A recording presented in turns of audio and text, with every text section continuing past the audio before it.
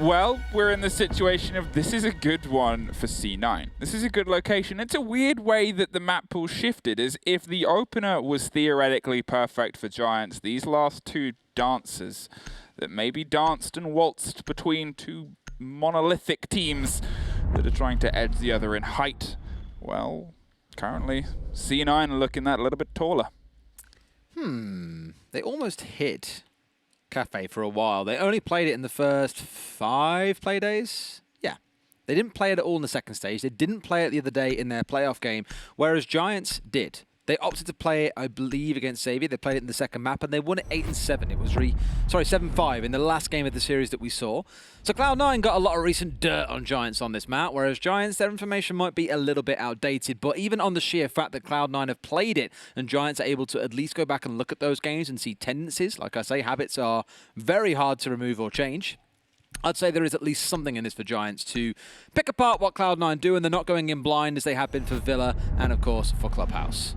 No Monty ban came through. They're going to try and trust that that was a one-off. I've only just looked at the bans and seen an Ash ban. That's it. An Ash ban as the opener by the hands of Cloud9. A very quick decision which left Giants a bit food for thought as they came in with their attacker ban and didn't instantly know how to react, opting to get rid of the tried and true and tested Thatcher. But still, Ash off the board. Normally comes down to a target ban against one of the aggressors on the other side, looking towards Shile potentially and just saying no. Sometimes he plays like things like the Zofia, I think. In fact, I'm an idiot. They banned it. Why would I say it's a target ban towards their own player? Ignore me. Maybe they're having a really bad time. More towards, sorry, more towards Speakeasy and Hysterics isn't playing Monty. Surely he's not. No, he's not. This would be the weirdest thing to see Hysterics not playing Zofia and Luna playing on the Monty, so it makes total sense they'd swap it away. Surely C9 read into that and know that Hysterics isn't the Monty player for this team. I believe they did, because they opted to change off the Clash, which was their response, their rebuttal to the Monty, to the Valkyrie, which is potentially going to bait out some hyper-aggression from the guns of C9. They've said, we're playing this Clash play, we're doing this internal thing. Oh, no, wait. Valk's on the board. She's out there with the cameras. She's got the angles. She's got the ideas. And we've got the guns to back it up. Howard Young says, nice final rush at the clubhouse, waiting for the awesome match at the cafe. Wondering about banning Montagne this time. Monty remains, my friend. Sorry to disappoint. You can wonder, you can dream. But clearly they are not dream weavers here on either side, as it has been left in play. That Ash ban, no doubt the one that we will be looking at and paying very close interest to. As the Ash and the Zofia normally is the combo you will see brought along to deal with utility at range. Evil Eyes, shields, you name it. It's the way to remove. Now then, as we start to have a collapse of pressure and start to have a collapse of aggression, we're going to look and see if this turns the way in the favor of, obviously, the teams previously defeated. There was mistakes beforehand. I think that's more than fair to say. And there was, obviously, slip-ups on the attack on the hands of Giants. This is them coming off the back of a successful attack round, a successful attack swing. And now they're looking to try and lead that over. The momentum, in a weird way, carries with them from that favor then. If they went to their defenses and did well, they would then have to kind of reassert themselves and go, okay, we're back on the attack. Is this going to be like our previous map, or is this going to be like one of the other two? Now they go, we're still on the attack. We're still on this win streak. We've still got this mentality. We've still got the capability. And unfortunately, we've no longer got Hysterics. Unfortunately, no. The beautiful irony I always find is when Jackal is the opening kill. And not because, of course, G is the one who enters the building first, trying to hunt down those that he has tracked, but his whole job is to hunt down roamers, and it's like trying to go swimming with sharks and they bite you and you're like, wow, how did that happen? It's like, well, because you're going after them, you fool. That's first one down and out. Cloud9 with an initial numbers advantage. And lots of delay possibility. Playing on the downstairs site first. Of course, kitchen is where they've kicked things off. Normally see electrification being brought along on this site, but that clearly has not been the intent here. I'm wondering what else it steps into, because with the current spots they've got, the top floor is in their control. A full map clear is often what you see coming through on something like Cafe. And right now it's the focus down White Stairs. A 4-4 as Ysera picks up Nova. That's going to be the Valkyrie gone. Not really the end of the world. I don't know if she had a C4 in the back pocket. It would have been nice if it was. But you still got Ysera hanging around inside a reading. So like I say, this full site clear, part of the agenda before they start looking towards the site. So injured, but still so capable as he drives himself ahead and makes sure that obviously reading isn't going to be an intermediate fight. Now, with the collapse coming from Envy Taylor, though, there is a pinch, a three-way body check here. One pillars, and then one at either side, and either bit of a piece. It depends how quickly they can find their way through into the dining room, and then from there, the drone gives the game away in a very bold run. With a bit of missed intel from the side of Envy Taylor, means he swings for a man that wasn't even there yet, and was still a good 30 paces behind the action. I don't think he was expecting him to be that close, to be completely honest. I think with how it shaped up, he thought, well, there's a drone that's just come in from pillar side. That means I can get away. There's no one inside a museum entrance to my left. I can then now head into train. Clearly not, as there was someone lurking nearby. It was a team effort, a pinch, as we call them, and that's something that we see a lot of teams doing very well. Well, a lot of teams, these two teams especially, against each other in the whole series, it has become a thing. 10 seconds remain, it's a 2 versus 2. Speakeasy going down for a plant, being covered inside a coffee, and here comes a flank, potentially Shile, not really with any idea on where the plant is going down. Can't find anything, does find a kill though. And Luna, in a 1 versus 2, post-plant. This could be everything. Finds the one, can't find the second though. Unfortunately, Sweet Black, his counterpart on the other side, the support players on either side. Sweet Black comes up big as the best. We'll take round number 1 with a wonderful defuse post-plant situation coming out. I appreciate that they found the advantage and they took it, Giants. They saw that there was an opening to get the diffuser down, and it did come through. It was successful. But then unfortunately, obviously, yet again, we find ourselves in this 1 versus 1 or 1 versus 2. It's never fully safe, never fully secure when they're trying their hardest to make everything land and trying to grapple with that final throw, that post-plant, that death door situation. Either way, it keeps, unfortunately, continually working against the Giants' favor. That second firefight could have just as easily gone the Giants' way. It's just the coin has unfortunately landed on the opposite side. Hate it when that happens. Oh, it's just irritating, isn't it? Flip a coin, it doesn't land the way you want. What's the point of even doing it, you know, at the end of the day? I don't flip coins anymore. What do you flip? Great question. Skateboards. Do I look like the kind of guy that can skateboard? You look like the kind of guy that tried to skateboard once, realized you couldn't do it, and then never did it again. I used to rollerblade, interestingly. I bet Easy skateboards. He looks like the kind of guy. Talking of, I believe Easy is serving for us now. So Medics did the first 3. There's the nod of the camera. Yay! Easy is on the board. The hat tip. Yeah, he's here, and he's hopefully not skateboarding. So he's at least paying attention to the game. A pleasure to have you. Thank you very much as well. The amazing eyes of Medics led us through the first 3 maps. And now it's just potentially, well, 3 more left on the board as we find ourselves on maybe the halfway point of the day, maybe the end. Cloud9 have started the right foot for them, but, well, we've seen Giants pull back before. It's going to be a similar story again, where it's not about playing on one floor, it's about spreading your way across multiple. This one being a top floor hold, of course, normally results in a more lateral play. Sometimes you get teams that, with things like an Ash, and that not being on side might be part of the reason why I don't think it's going to be a thing. They'll often play downstairs, assume control of pillars, get themselves inside a reading, and start blowing the floor sky high underneath Cocktail to make it very uncomfortable for defenders to play at the top side of Cocktail. Exactly where you can see Nova playing right now. It's a very common spot. Normally you'd see a Maestro there. So, I don't know. Probably not part of the plan. Instead, taking control, no doubt, of the west side should be the go-to. That is the default setup for this site, is taking control of Piano and moving across from there. But it does take a minute or so to get the drone work done, to get the preparations ready to then begin your grand voyage inside of Cafe.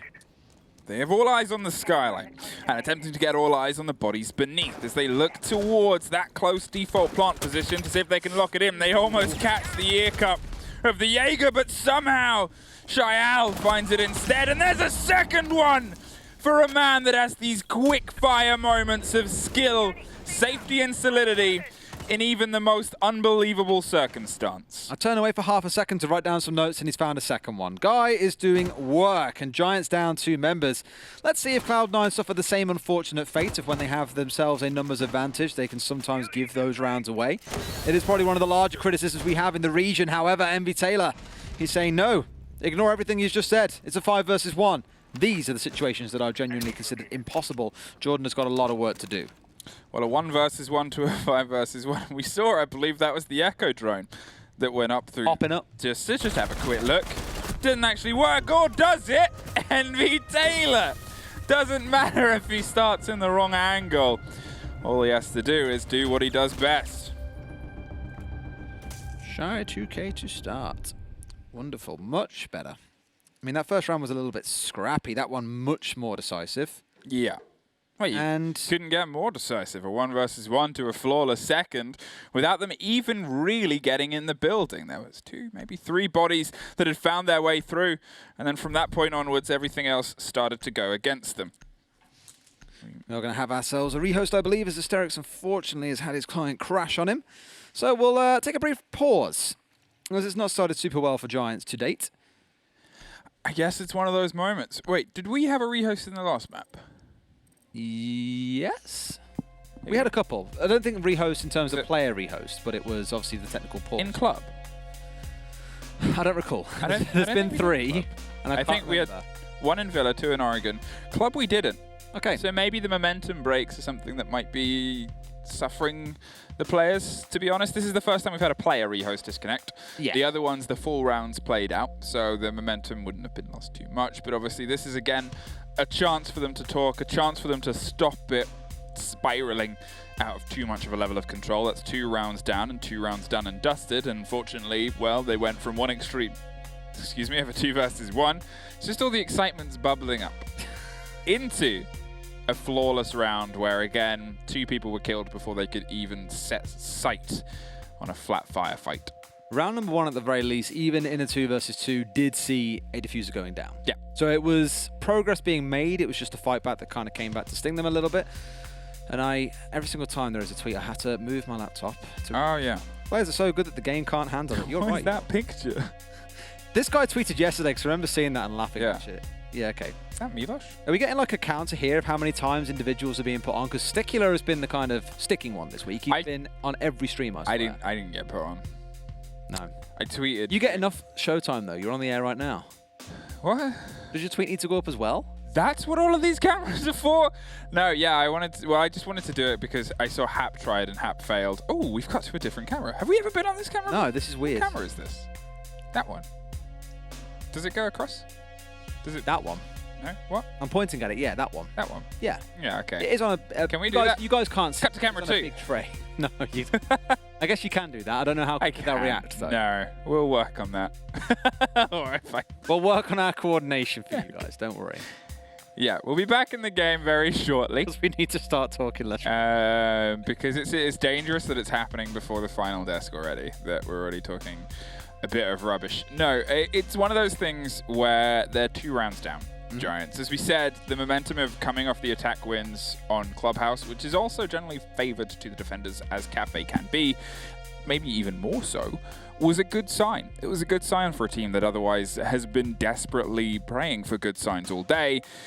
Here, the first 2 going against them, the first 2 not being in their favor, on a map that out of the entire pool was arguably and statistically the first one that plays into the favor of Cloud9, that's not a good omen. It's not. But I'll always say what I like to say. I have these things that I always say that just always... There's a big book of dad phrases. No, it's not a dad phrase. I've said it already once this series, actually. The whole thing around the 2 halves to a game of Siege, that things can transform quite magically once it flips. Yeah. Like, look back at the last map and we were like, oh, Monty's bullying people. It's not fun. And then you switch sides and he still continues to bully people just for the other team. So although they've started out this way, although they've been 2, I don't want to say completely decisive rounds. The last one definitely. The previous one was much closer. It came down to Luna losing a 1v2 post-plant. Don't worry, most people do. That kind of round just suggests that there is still something in the fight. There is still something that they can do to get a couple of rounds on the board in this half and go into the defensive side of things, hopefully a bit more confident and full of gusto, because Coastline awaits. And no doubt they have poisoned memories of that map, given how it last time went against Xavier when they lost 7-1. Yeah, it was the only loss they suffered throughout both phases of the opening season, and, well, suffering is a very soft word for it. Thank you. Now it's this moment where, obviously, if they're looking at that as that's their ultimate goal at the minute. Their ultimate goal is to go to a map where the last time they were there, it went the opposite of good. And you're kind of thinking, okay, well, they've already come off the back foot. You're thinking of every single mental game, because Siege is a mental-driven game. It's such about, the headspace that you're in. You're already exhausted. You're playing these long maps. They're not quick ones. It's 7-4s coming down to the wire so consistently at the end of the rounds. You're playing the full minutes apiece every single time. Again and again and again, and this is the 4th time round. They're guaranteed a 5th time too. They're guaranteed if they win this. That's the only way that they can take a victory, is to do the full stretch. And C9, I mean, at this point, Giants just got to hope that C9 run out of gas, or a wheel falls off, or something goes wrong, or a truck hits a telephone internet pole, as it did in South APAC South. Who knows? Attackers need to locate and defuse. You're right on both of those fronts. Well, that's good. APAC South, South APAC. Stands for it to be in the same thing. We are back in game, though. Let's get back into it. Looking at the roster being brought along by Hysterics, playing the KB, if nothing else, as well. More trying to deal with the roam game that might be coming out of the other side. The biggest issue for me here is in the last round, as we saw, it wasn't the issue about getting inside the building. Well, sorry, no. It wasn't the issue about dealing with the DKB hunting you down. It was actually dealing with trying to get inside the building in the first place. And hopefully, they are afforded a little bit more breathing space, given we are on the 2nd floor, heading to Reading and Fireplace. The defense for this side should play very similarly to last round. It should be relatively vertical, with quite a few members playing on the top floor. That's the common go-to way, namely because you want to stop the attackers from assuming control of the top floor, opening up all of that soft flooring, doing a few renovation works inside what is a very well-decorated cafe, I think it's fair to say. Envy is at a window, and Hysterics, the Hysterics special has now become the Envy special, I'm afraid. Yeah, Envy Taylor is in hysterics as he giggles and careens his way like Gio does when I seemingly do or say anything on the opposite desk. Apart from that, apparently, because she just glared at me very evilly and angrily. Now then, we go into a situation where it's, again, you're back on the back foot. You've lost some of your roam control. You were trying to do it in a slightly different way. Hysterics wasn't on the Jackal this time, was on the Dockerby. And, well, she is just going to sit and watch cameras that she hasn't been able to hack. Only the drones for you this time. Looking towards the couple of C4s on the side of Cloud9 as well. Like I said, I believe it was this game, actually, it was this map, sorry, that Cloud9 played, and I can't remember who it was against earlier in the season, where they were ravaged by C4s on this site. They tried to drop in the site and they were blown sky high, weren't even allowed to play on the ground. It was like playing the floor as lava, except the lava is actually blowing you sky high and keeping you off the ground in the first place. So making sure that they have some idea of what's going on downstairs for the side of Giants is going to be a big thing. Otherwise, C9 may be looking to exact some revenge and using their own C4s to keep Giants off the ground. Well, they know what they want to try and smash open, and, well, they're going to try and do that.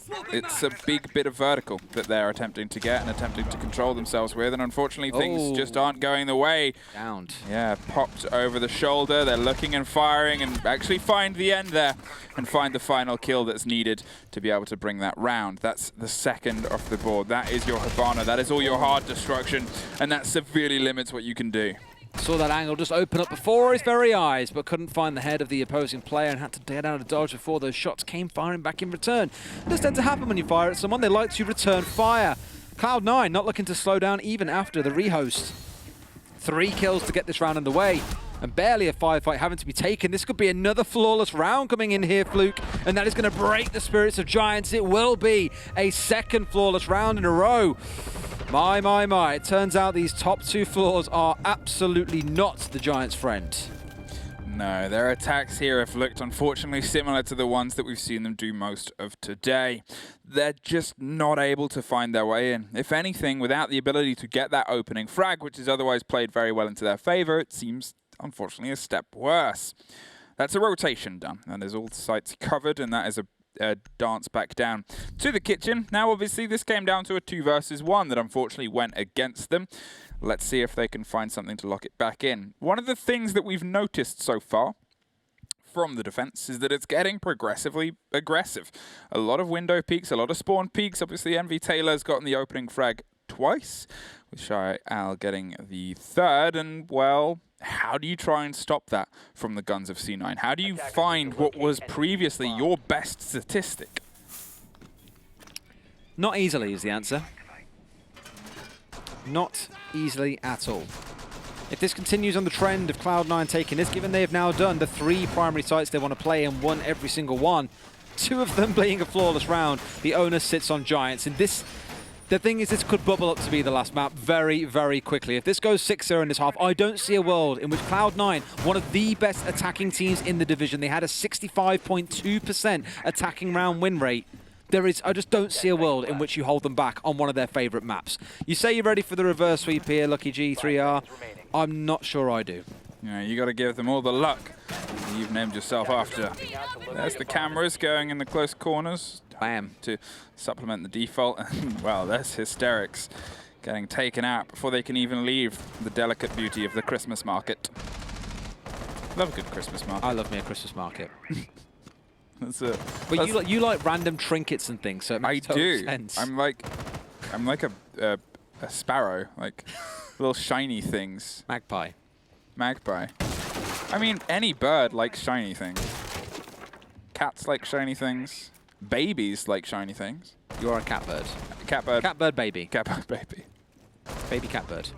Hey, talking of things that aren't, Jordan, not alive anymore. MV Taylor gets his third opener out the first 4 rounds and makes sure to continue to do what he has been doing excellently, Cafe. If we're going to talk about people who have shown up on maps they like, well, he loves a good bit of Cafe. The firefight's going to continue and a C4 is going to get thrown, but it's actually dropped through the wall. It was a blind fire against a man, and look at MV Taylor's health, but he just doesn't care as he picks up another few, including Nova. Who cares? Everybody is a victim, including himself. MV Taylor wants to kill everybody. He's going to throw himself out of a window and just to pad his stats, because that counts as a kill, but does it also count as a death? Is Luna bother? I don't know if Luna really wants to bother wasting time and getting outside the building to kill him here. Maybe it's the bait they want to play for and hoping that someone comes jumping out of these windows. They've got the flank drone set up just in case that happens. Otherwise, they are happy to let MV die a slow and painful death. Bleeding out on the ground. I say that Luna's like, actually, my KD's a little bit too important. Wants the kill, collects the kill. 2 versus 2, Giants down to almost no HP. But once again, it's the aggression from Cloud9. They're barely getting inside the building and they're being sprayed at from every which direction. Giants just not being allowed to play Rainbow Six today, I'm afraid. Well, back down to Kitchen. And it's a 2 versus 2. Yeah, another 2 minutes in, we've kind of clocked on Kitchen. Back down to the site, and Luna's droning. But obviously, between Luna and Ysera, they still have less than 50 health. So that's not in any way good. Still have some utility and a couple of drones apiece. But it's going to take more than that. Luna's finally reapproaching the building, entering via mining. But again, you've got 40 seconds. You haven't begun to truly clear on site. And you look at the fact that there is still a smoke. And you look at how their health is currently sitting, you cannot stick a plant through that. You're going to have to try and find the firefight, because anything less, well, it's over. Is the C4 still left on Harper? Easy. Can we take a quick look? Yes, it is. Okay, so they have a smoke which has now been expended. They've got a C4 if required. He can just sit here, the north side of A site, wait for the call to come through and send a C4 sailing towards the B bomb chassis, and that could be the freest kill they ever get. 10 seconds to go. In Luna! You lunatic again! Oh my word! Oh, it's all falling apart. What was the round? What was that round? They killed themselves with the spear. I wasn't even watching that angle. I was like, they're gonna push the door. They're gonna go for the door and then try to get in. There's a shotgun there, and it's just speechless. I'm left speechless. He tweeted out between the maps after they'd won Clubhouse and said, I'm not done yet, with a few expletives. Couple other words. Yeah, a couple of other words Couple of which other I'll not words mention on there. broadcast. It's not child friendly. I think after that round, buddy, I think you might be. Just. Oh, so yesterday it was the Ying. Today it's the Zofia. Yesterday. What's next for Glenn? Yeah, do you not remember? Was it yesterday? Earlier today. Oh, no, it was on Villa Map 1. It feels that long ago. Time flies. When you're having fun? It depends if you're a Giants fan or not, unfortunately, right now. 4-0. And, I mean... They have clearly decided that he is a risk not just to himself, but everyone around him, and say, right, play on something where you can't do any damage, play the Monty. Yep, I think at that moment in time, you kind of hold your hands up and go, you know, we got to change what we're doing. And to be fair, his Monty playing was exceptional. It was the reason that they won Clubhouse. It was the reason that they were able to take themselves through it, because that was how they led themselves into it. They changed their pace once again. They went for a different footing, and yeah, it's an entirely different map. It's an entirely different play space. You cannot just compare the same thing over and over and over again and expect, you know, different results or the same results across the maps. You've got to play to the space that's being offered. you've also got to play towards what is your strength on the day. Not just what it is on other days, on your dry runs, or in all your practices. Sometimes things are just clicking better on the play days. And for you, it was that aggressive Luna lead in Monty. And I like the leading in with it. You're also seeing Nova respond by bringing along the Clash, mind you. We've seen that be the kind of go-to counter for a good number of teams for Monty, as we saw on Oregon, as we saw on the previous Map 2. What you are going to see coming out, of course, is the Warden. Something we don't see all that much. Not really regarded as too effective because you often have to stand still to make any use of that gadget. You are a sitting duck if someone drones you out. Otherwise, you are as effective as anyone else around you. Can deal with the flashes, and that was because we saw the 6th pick coming in to bring in, I can't remember who it was that replaced it. I believe it was Luna on the Monty. It was a Ying pick coming out prior to that. So just to make sure they're safe against the Ying if it were to come through, it makes total sense. It does also add another C4 on side. Well, this is the longest we've gone for a while of every single player still being standing. Well, I'd say every single player, every entry. Because they're all out the building right now? Yeah, I mean, well, to be honest, that hasn't stopped Envy Taylor before. Let's be real. And they've managed to get the entry so many times. It looks like they want to try and take the fight against Hysterics now. They know where it's going to come in from, but they know that they can't get too overzealous with it. Otherwise, they'll find themselves leaving the game a bit sooner than they wanted. The Monty is close, and the Monty is completely victimized. Luna is out of the piano room, out of the hold, and all it took was Envy Taylor to just wide swing on the door. It keeps happening. Luna 2 rounds in a row, the last one being one of the closing kills with a self-inflicted injury. This round, not paying heed to the fact that Wamai was lurking around White Corridor. The worst thing is they knew he was there because he pre-fired the window not just a few seconds prior. Hysterics going to try and restore some form of balance to this round by getting them a kill, but they're still down an extra man without a Monty, without a Hibana, no hard breach on side. That means that the storage wall is staying firmly shut, and their only entry towards the site is going to be directly through the cigar doorway in towards Bar, or by forcing their way down White Corridor. Jordan is finally making their approach in with the IQ to see if they can offer some support and sustenance, but with only 40 seconds on, they've got to try and find a way to get the Clash out the core, the beating heart of this site. They're actually heading all the way over the top, potentially towards the New Valk side, to find some pressure they can apply here behind a man who's getting quite greedy with the swings.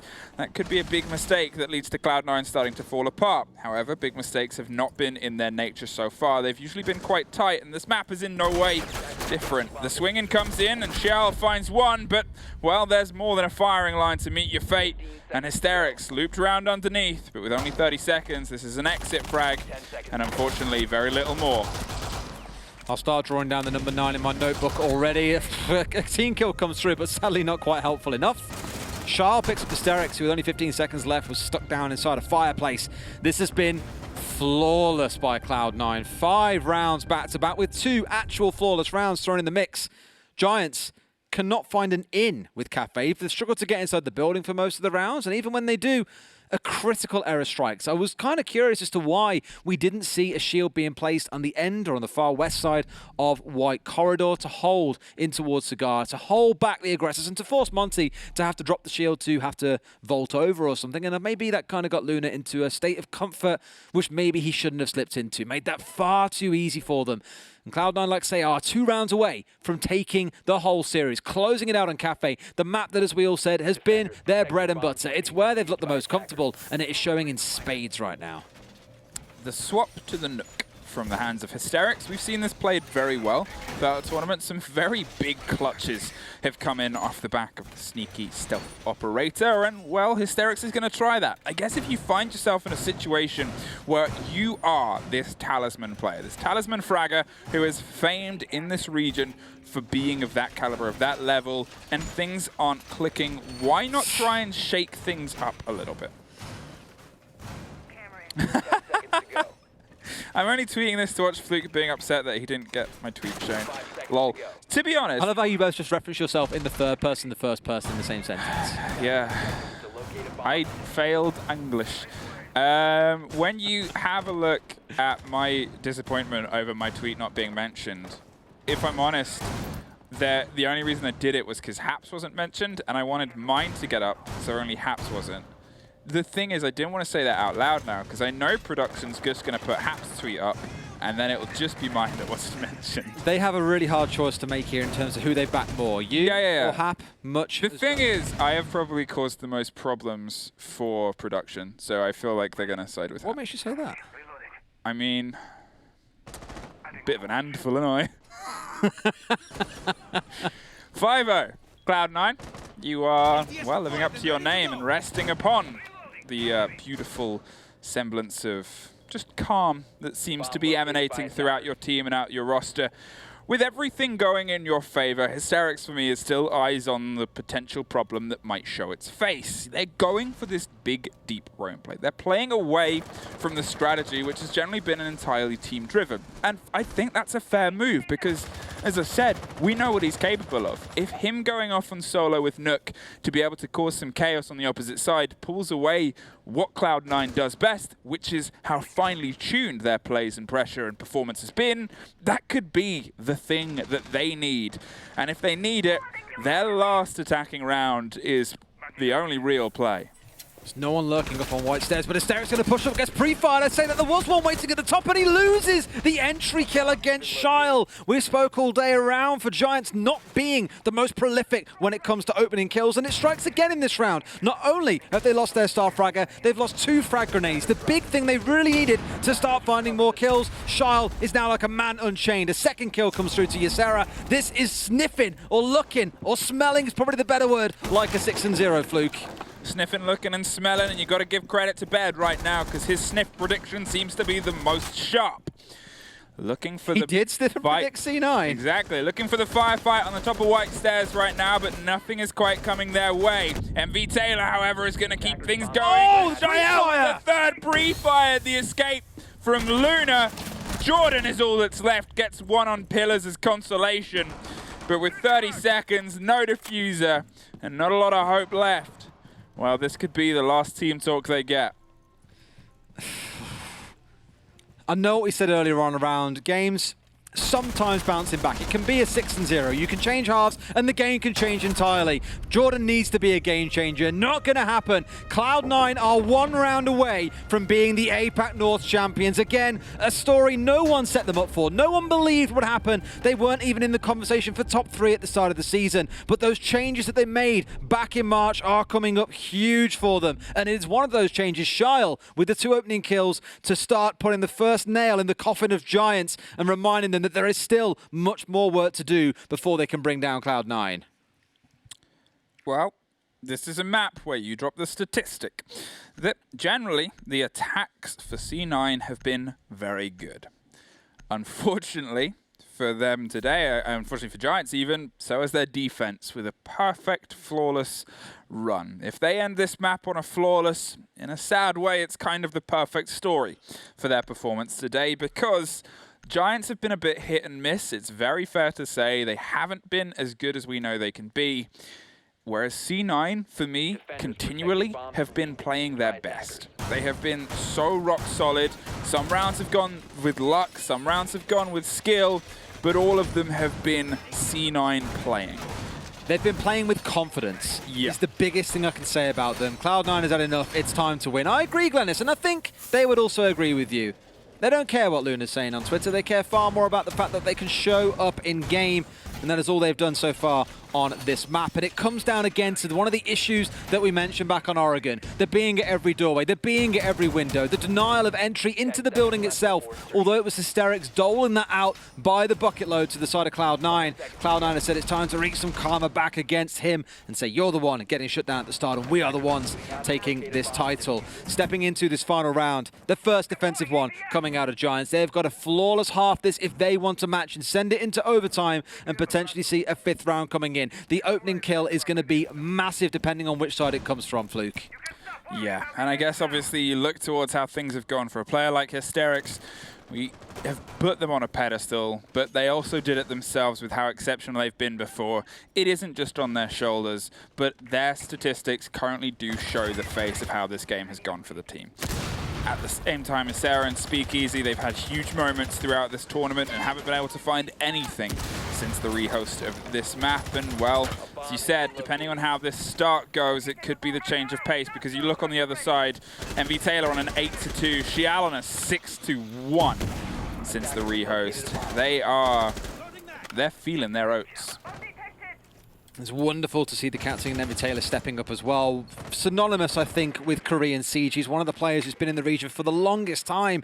And for him to step up here and reclaim the glory that we haven't seen from Korea, from Cloud9, even as an individual team. It's been a long time since they've risen to the top. And Shyle is saying, well, clearly, I might almost shoot my teammate in the backside, but at least I can get yet another opening kill. Him and Envy have been phenomenal with these opening duels. It has continued all series long and often leads to two or three more following in quick succession. Ysera yet to find a kill since the rehost is holding close. Can't even play on the shield because Shyle is hugging the other side of it. He can try and contest if he wants. Those ADSs have gone. No frag grenade to follow suit immediately, but that shield has now been taken by Cloud9. It's now being used by the aggressors rather than by the defenders. Well, the charges are going to be protected, but no, Envy Taylor isn't. Luna is able to find one, and this is going to make the ground held by... Oh no, wait. It's mute, and they've jammed it all up. There's no getting in on Ysera just yet. They still have the C4 in pocket too, so they can try something bold, but until they have to, there is no immediate pressure on them, and with only just under a minute left, they've got to start trying to collapse. Shial still holding the angles. Ysera keeps getting bold and looking for the spray and the pre-fire. We hear it start to pop off. They can't be as comfortable in that wall as they were before, as more angles are being opened. It's the close quarter shotgun that's going to be the faith of Ysera, but as we said before, it's the faith in that shotgun that leads you to success. If Envy was still alive, they had the frag grenades, this would be so much easier to unseat Ysera, but knowing that there is a shotgun waiting around this corner, Shyle can't do very much. Needs to find a way to get around this point. They've been sat here now for a minute and a half. Ysera starting to back away. You're going to find the peak coming through, gets the down onto the Zofia. That could be massive as White control is not theirs. They have control of Map3, misses the spray though. Double kill out of Harper. Ysera trades back into 2 versus 2. Only 10 seconds remain. Hysterics holding up on full health. He's the last man standing. The last bastion of hope here for the Giants. Finds a 1v1, but over the balcony, Cloud9, they take it. They are the best team in APAC North. And my God, have they let Giants know it with a flawless Cafe. There is so much you can say about how they performed today, and if anything, all of it is demonstrated in that final round. They were never truly off. Everything for Cloud9 is what all the C9 fans, is what all of the staff and everyone believed they could pull off against